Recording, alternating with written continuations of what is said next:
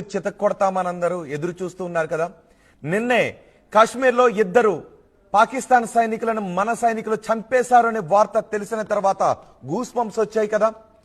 పాకిస్తాన్కు చెందిన ఉగ్రవాదుల స్థావరాన్ని మనం పేల్చి పారేశాము అని తెలిసిన తర్వాత ఒక్కసారిగా మన రోమాలు నిక్కబొడుచుకున్నాయి కదా.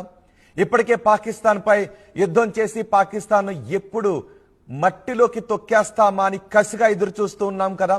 ఇప్పుడు నేను చెప్పబోయే వార్త అంతకంటే గూస్ బంప్స్ రప్పించే వార్త. ఇది మన తెలుగు వారందరికీ గర్వకారణంగా నిలిచే వార్త. మన హైదరాబాద్ వాసులందరూ తల పైకెత్తి చూసే వార్త ఇప్పుడు నేను మీకు చెప్పబోతూ ఉన్నాను. మన డిఆర్డిఎల్ ఒక అధునాతన టెక్నాలజీని అభివృద్ధి చేస్తూ ఉంది, మిసైల్స్ తయారు చేస్తూ ఉంది. ఇప్పటికే మన దగ్గర స్వదేశీ పరిజ్ఞానంతో తయారు చేస్తున్న రకరకాల మిసైల్స్ ఉన్నాయి, సూపర్ సోనిక్ మిసైల్స్ ఉన్నాయి. ఇప్పుడు మనం హైపర్ సోనిక్ మిసైల్స్ ను తయారు చేస్తున్నాము. హైపర్ సోనిక్ మిసైల్స్ త్వరలోనే మనకు అందుబాటులోకి వచ్చే అవకాశం ఉంది.